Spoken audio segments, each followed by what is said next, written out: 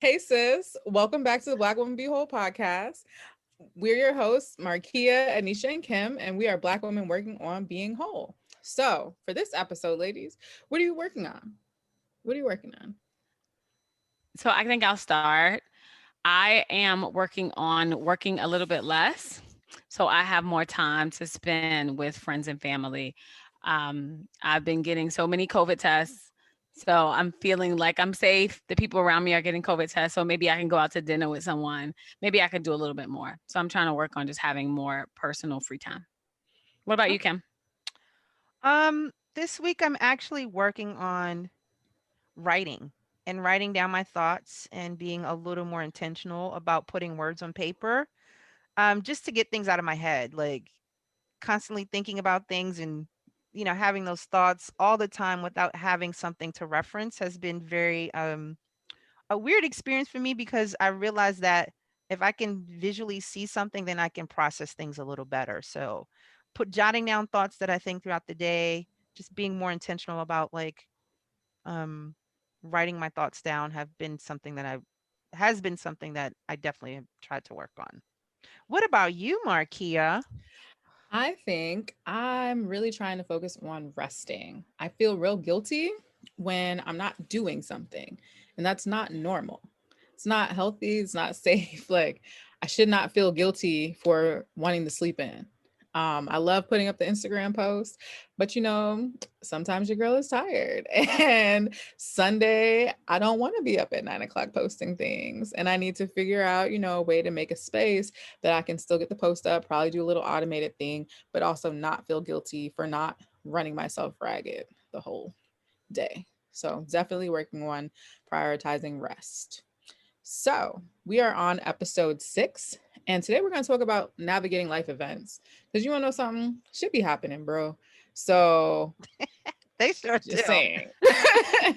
So when we look at our lives, right? There are life events that have truly shaped us both positively and negatively. Kim, what are some of those life events that have shaped you that you want to share with our lovely viewers this week? I mentioned it on the last podcast, just briefly, but I think financial changes for me have been very positive because I did become debt free, and I actively worked on it during the pandemic because I had a lot of debt.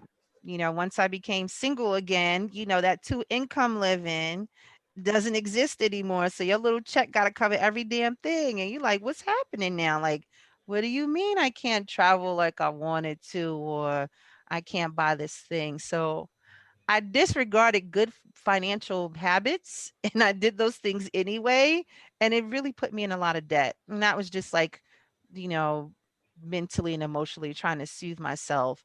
But, once I came out of that fog, I realized I was like, oh shit, I'm in debt. What am I going to do? And I got the calls and I got the emails and I got the letters and I was tired of it. And so I actively focused on making that work. And I am debt free, and I think for me that has been a very liberating feeling.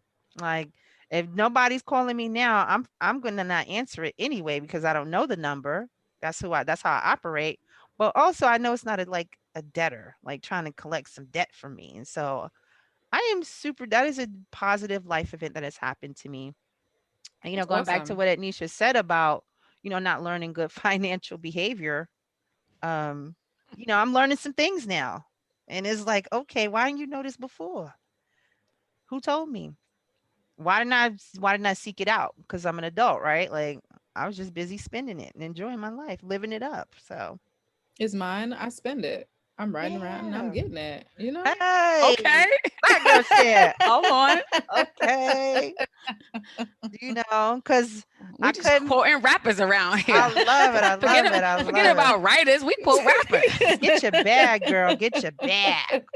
Yeah, like I mean, I was like, "Oh, fuck that credit card bill," but a plane ticket I could hop on. So it's shifting my mindset about like, what do I want this thing to mean or do for me as it supports me in my twilight years. So I think for me that was a positive one. I'm going to talk about a negative one, which is I think aging and all the things that come with aging. Like, what the fuck is happening, y'all? What's going down? Like I'm a little slower. I had sciatica during the pandemic twice. And I'm big mad about it because like I've got all these like pillows. I bought this electrode thing. I've got pills. I've got icy hot. I've got patches. Like I am looking like a walking medicine chest with all this shit. And it And just you really smell, because if you got all of that, you smell. The Now you icy right. hot, smelling the like icy Bengay, hot. and all that. You smell like an old lady around here, girl. I'm big mad. Like, what do you mean? And I think all the things that come with aging, like not being as snappy or like, oh, I'm getting more forgetful, which I'm really mad about Me because I too. usually have like a better like memory. So that's why I'm writing things down because I don't know what the hell's going on. And the pandemic has totally ruined like my is today Sunday? Is it Monday? I don't fucking know because every day feels the same. So really Every day putting is a some things in day. place, but like also diet. I'm lactose intolerant. I can't eat cheese. Where the hell that came from? And you love cheese. Where the Kim would eat cheese fries everywhere we went. where the fuck did that come from? I am That is so mad about ratchet. I'm that. so sorry. My I'm doctor so was sorry, like, friend. "This is what happens when you age. Your body can't take these things." And so, it really forces you to shift and really think about the impact of lifestyle. So, I'm not doing well with it because I haven't been willing to like do a deep dive into it. And also, I don't think us as friends have really talked about it as much as we should have. Like I bought these books for Misha on Ednesha, and it's like a whole thing, and it's about estate planning, it's about your will and whatever. We haven't done it yet. And I'm like, when are we going to do this? Because I could die next week. And I need you to know where that freaky shit is at so you go get it so nobody else can see it. Okay. And You it's know in the what? book. It's in the book. We have had a talk about life insurance though. And what we did find, Marquia, is that I am on neither one of their life insurances. And it's because I got so many people in my life. So I got so many people who I have to have life insurance for that I'm not on there. So I'm like, so what if I lose one of y'all? I'm just going to take a L? Like, I need to take off of work. Like, I need some money to make me feel comfortable. I just lost my friend. So we did talk about this because we've decided that we were going to get some separate policies that we need to talk about. So I think that maybe I'll put myself on your calendar, Kim, because I'm going to need that cash if you die. Just saying. That's it. Real talk. So yeah, I think, positive and a negative, just recently for me, those have been things I've been thinking about. And the pandemic has really made me think about these things. What about you, Marquia? What about me? So I would say, positive events. Hmm.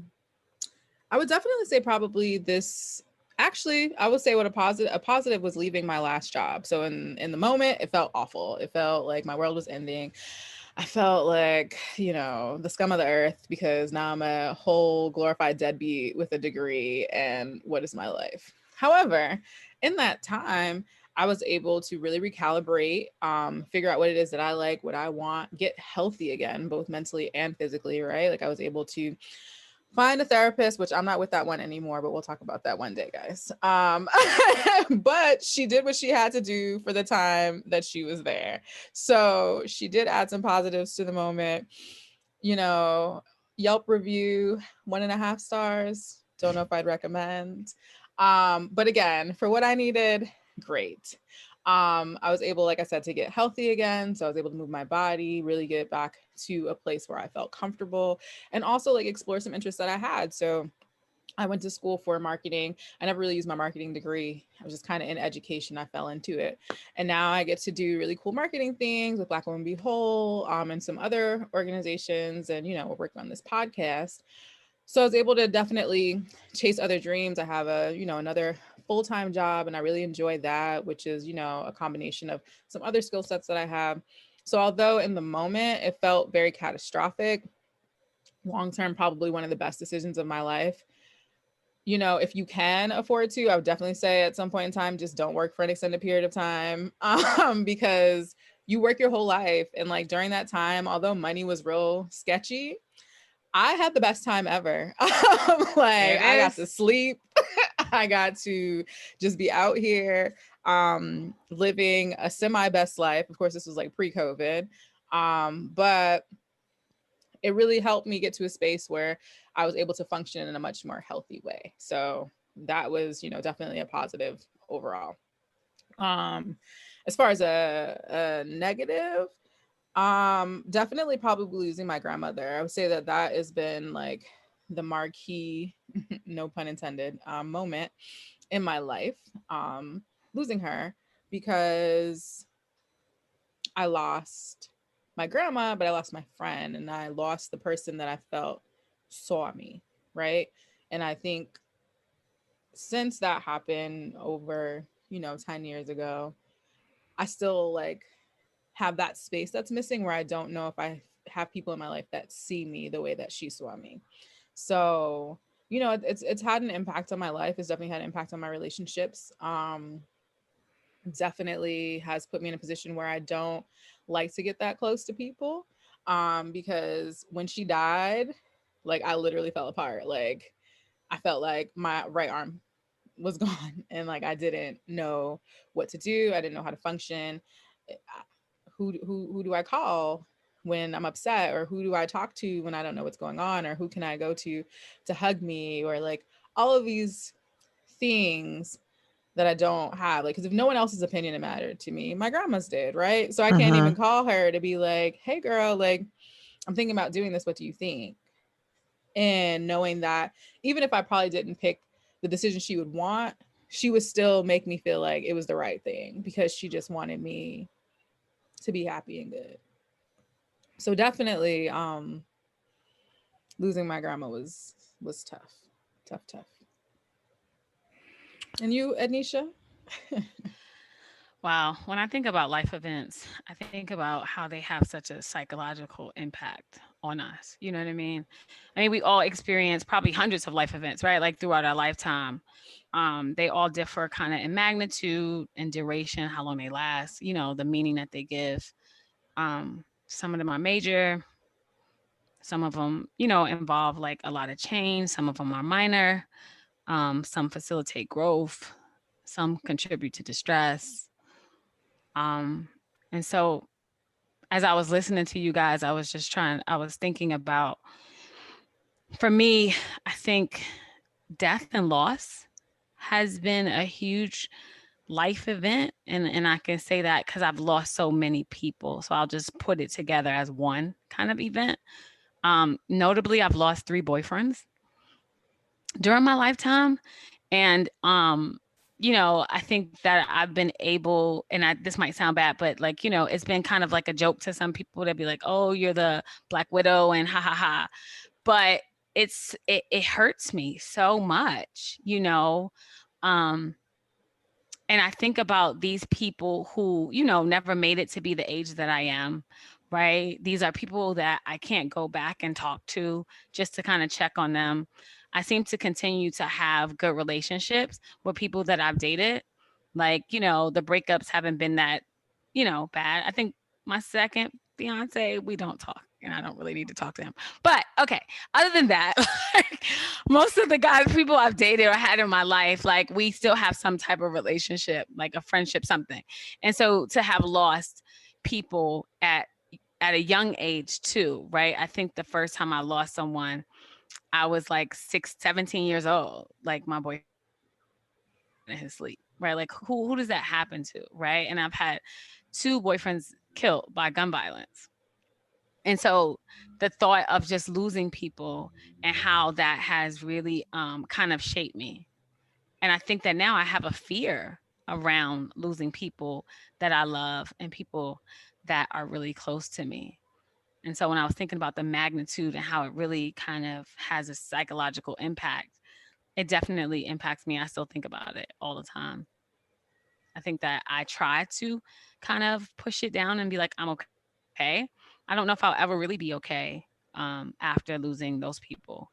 Um, and so I think for me, that is like the life event that really always sticks out for me the most is loss. I think that those are the ones that cause me distress. And so when I think about what facilitates growth in me right now is getting married, because for so long it was just kind of me. right? Even though I was in relationships with people, it's very different from marrying someone and walking down the aisle and telling the whole world that you're going to be there for that person, right? You're going to have that person's back. That person's going to have your back. We're going to do all of this together. It's pushed me to kind of look at a we more than a me. And I think that that is always very interesting. I come from such a big family, and when I look at we, I always look at me and them, right? All of us together, me and my siblings. It's like a party, right? So it's 7 kids, 7 grandkids, my mother, my father, and we all hang out together. So now I have to think about what happens when my husband wants to do something different than be with my family. And I'm like, ooh, what you mean? Like, but we spent Christmas together, Why you and want we to be spent in? right, we spent Thanksgiving together. We spent New Year's, and he's like, okay, well, wait, all those holidays, yeah, that's what we do. And so, what is it like when he doesn't want to do that thing? So it's definitely caused me to grow a lot and being able to see other points of view. Not that I've not have like not that I before, but in a very different way. I really have to care about how he feels, what he thinks, what he needs in a different way. So that has been interesting. His birthday is July 1st, and we normally do a family vacation like the end of June. So that's been difficult because he like his birthday is a big thing. Our birthdays are big. So we always go on these like crazy vacations and like was it no, not well, this was COVID year, the year before. We were gonna go to Costa Rica as a family. And he was like, well, I already been in Costa Rica. I don't want to go to Costa Rica. I want to go to Cuba. So I'm like, okay. They didn't want to go to Cuba. So then I tried to find a flight where I could leave Cuba, go to Costa Rica. I mean, it was a absolute mess. And of course it didn't happen. I end up spending his birthday with him and I end up not going with my family. And that was like so hard for me. But I had to realize that I've made this other family, right? That's my family of origin. But this is the family that I've decided to make. You know what I mean? Like this is an intentional family. And so how do I start to respect that? And if I can't bring them all together, what now? So I think that the impact, I think that there's a bit of positive, is a bit of negative, right? I think it's just because I'm just trying to figure out how to do it all, right? Be all to everyone. And maybe that's part of it. Maybe I can't. And maybe that's okay. And being okay with not being everything to everyone is what all of this is teaching me. So those are the life events. And I think, but it's funny because being a friend to someone who's going through a life event, or being a family member and supporting people who go through life events, is also an important piece to this story, because you experience this life event, but you don't experience it alone. You know, Yes. like you want people, you want your friends or your family to support whatever, or to support you in whatever that experience it is, positive or negative. Because going back to the loss, like you want support, you want people to, like, when you go through grief, having people around you and not doing that thing alone is super important. Because like you said, you may not have the coping tools, Marquia, and you may not have the support that that person gave. And how do you find that? Because losing people really does create like a hole. It's a crater. It's not a hole. It's a big old crater in like your life, especially if they were that kind of person that you relied on or were in relationship with. And Ednesha, with you being married, that impacts all sorts of things, not just your family. Because My you have me and friendships, everything. Chanel. We're like, well, okay, what's going on? My birthday's in July too. What's up? So, and then, or like, okay, can we plan a trip? No, because you got all these other trips. And so you have to accommodate all sorts of things about that you care about or that you want to be present for. So that can be difficult. I think as a life event, when that shift happens, how do we address it, or how do we make sure we're being mindful of it? Because I think communication is important when things change. And I don't think a lot of people have conversations. Like, we didn't really talk about what does that look like now that you're married, for us as a friend, or what does that look like when you've lost someone? How do you want me to support you? We don't have those conversations. Because I think also when it comes to grief, I think that we like a grief illiterate country. Like I don't think we know how to deal with grief. right? Like they give you 3 days off when like your mom dies. Like you know what I mean? When you really think about it, what is 3 days in the whole scheme of things? I don't think that we know how to grieve. I don't think we talk enough about it. So when we are going through it, I don't even know if we know how to say, hey, can you support me in this way? Because it feels like when we start to grieve, people want you to get over it so quickly. And that's what they kind of tell you. Like, oh, you'll be over it. You'll be okay. What if I'm not okay? Like, can we talk about me not being okay? But we don't know how to do that because I think it's also uncomfortable for people to talk about. And so we kind of shy away from the things that are uncomfortable. But I remember when I first got married, Kim, Chanel said to me, hey, I'm going to take a step back. Because we would talk like every morning, probably about nothing, but we would talk every morning. And I was like, you don't have to not talk to me every morning. Like, it's okay. But she wanted to do that for me, right? To give me that space that she felt like I needed because I had gotten married. And so I appreciated her thinking about that. And we didn't have to talk about it. She figured that out for herself. And then, she mentioned it to me, and I appreciated that. But like when our friends have babies and like all of these things that happens to us, especially as women, our friend might have a miscarriage or whatever, like, are we talking to them about it? And I think it's so important we start to figure out how do we handle life events when they happen to others in our lives and also ourselves. Are we going to be okay with addressing stuff and acknowledging it? Yeah, I think that's a great segue though, because if you think about it, right, when we're looking for people to support us, we kind of have to ask ourselves, have we actually addressed the situation or processed it to such a place that, people will feel comfortable talking to us about it, slash, we'll feel comfortable talking with them about it. So, in speaking about the negative situations, have you guys addressed your situations? And if you did address it, was it in a healthy manner? Are you still working on these things? Like, how are we getting through these tough things?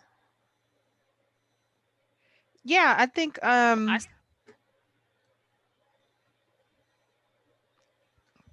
oh, Kim, you okay. can go ahead. Okay. I think it's hard because when you're in the midst of it, you're just sort of you can't see or be objective, right? Like, we talked about loss and these other things, but there's so many other things that go on, like your health issues, your spirituality, work, career, moving, just all sorts of stuff, addiction, just incarceration, because that is heavy in the Black community, loss due to someone being removed from the community, not necessarily passing, but being incarcerated. And then how does that impact the family? And how does that make it so that people are supporting them, but still trying to maintain a family structure? And so I think we don't know what we'll do unless we're in it. And I think that that's just how we've been normally sort of behaving about things. But asking, what would you like, Ednesha, if a health issue were to happen? Because some of these things are inevitable, or they could happen, and so it's more about like really thinking those things through, so that what Tiffany had to say, you don't have to get ready if you are ready, and it's being willing to have those uncomfortable conversations, because some of these things do happen, and we've seen it happen to other people, and we may not think it happens to us, but I think being willing to have the conversation is the first step with people that you trust, or or that you need to tell, who you need to talk to. Like, I need to talk to my mother about aging. I need to talk to her about her health. I need to talk to her about where she's going to go when she retires. You want to move to Florida? Okay, what does that mean? I need to talk to her when she's no longer working. You can't sit at home because that's not going to be healthy for you.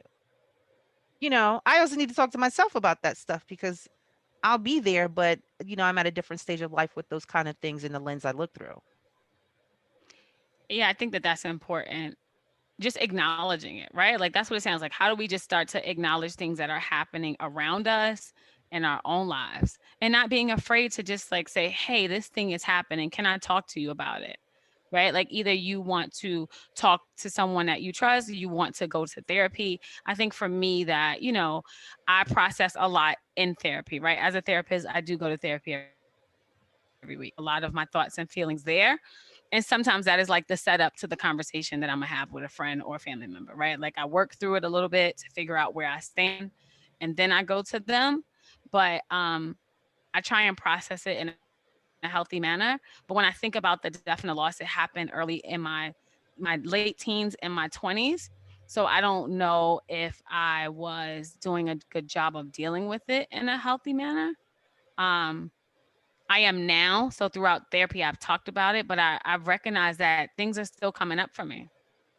My high school boyfriend, when he died, we were together from like, I don't know, 15 to 24. Like that's a huge chunk of your life. And I don't think that I'll ever be okay, right? And be quote unquote over it. He just came up at Thanksgiving, like he came up a couple months ago at Thanksgiving with my family. Like I'm still talking about it. It's still something that weighs on me. It's traumatic. And I think that we have to call trauma trauma too.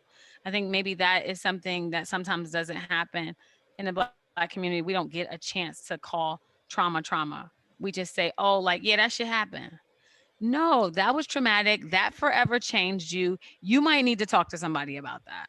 But it's like we don't have the space to do that, right? Because we're too busy having people tell us to man up and put our big girl panties on, right? Which basically means don't have an emotion, don't have a feeling, be strong, deal with it. And so, I think it's so important that we acknowledge it. And I've done a better job. And I've tried to help people in my life to do the same, to really process things and not get over it. Because processing and getting over is two very different things. Mm. I like that. I would say for me, I think when it comes to addressing it, it's kind of like she's dead, right? So there's that. It's addressed. She's dead. Processed. I still struggle with it because even though I knew she was sick, even though I knew that, she was, she wasn't going to make it. It doesn't make it easier, right? Because I didn't anticipate the void being this big, right? Even all these years later. Like I knew I was going to miss her. I remember our last conversation when she was in the hospital at the point. She passed. She wasn't able to speak. And she was laying in the hospital bed. And I remember I went in there and they said, like, they were going to take her off life support the next day. And I remember going in there and being like, hey, grandma, I know you're tired. And I know that you don't want to do this anymore. And that is okay. And like, I know that you are holding on for everybody else, but that's not fair to you. And I don't want you to do that. And, she looked at me like, she couldn't say anything, but I knew that that made her feel better because I know that she was just holding on because everybody would go in and cry and be like, grandma, I don't want you gone, or mommy, I don't want you gone. And like, that's a weight to hold on to. So, that was our last conversation. The next morning, they said they were taking her off at like noon. I remember waking up that morning, it was very cloudy. And they took her off around noon and like immediately the sun came out. So I knew then that she was gone. No one told me until about 4 o'clock that evening. And apparently she had like passed away like as soon as they took her off. So I was very angry about that for a long time because I was like, why didn't anyone call me like immediately and tell me that she was dead? Again, I knew because it was cloudy. And then I remember I like didn't go to class that day. I laid in the bed and then the sun came out and I was like, okay, she's gone.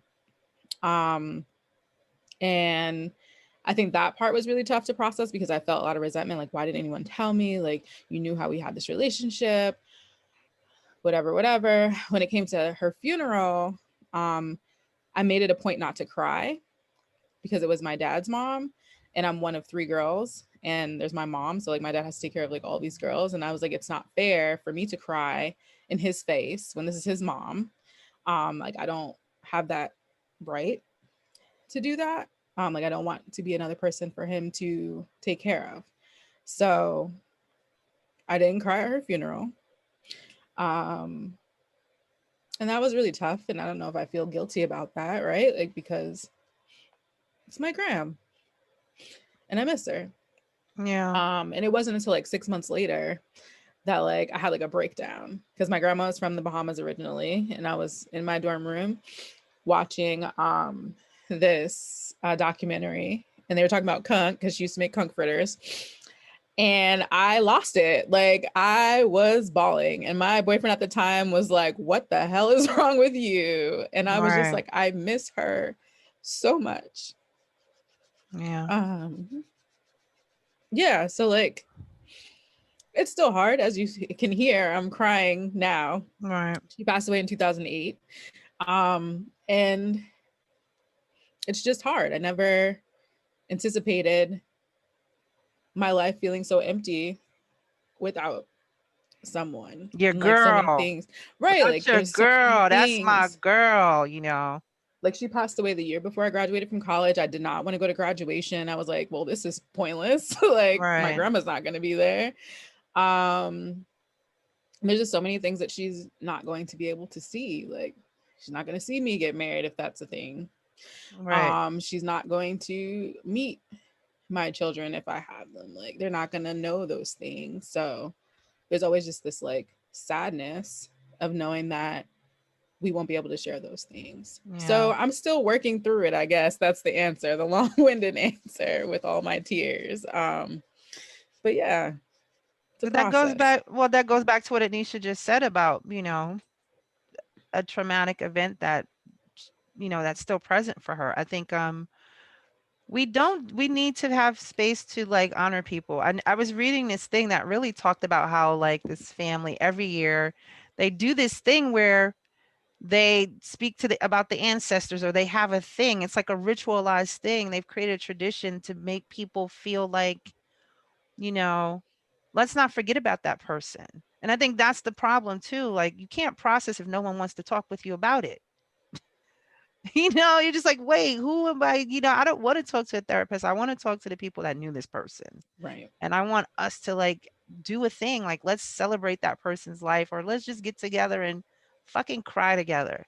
Because guess what? That's cathartic too. And I think, you know, getting back to culturally how we suppress our emotions, or we don't we keep everything inside, that's harmful to us. And I'm sorry that it took you 6 months to do that because you were hurting, but it had to happen for you to at least be able to start whatever journey it was to processing, you know?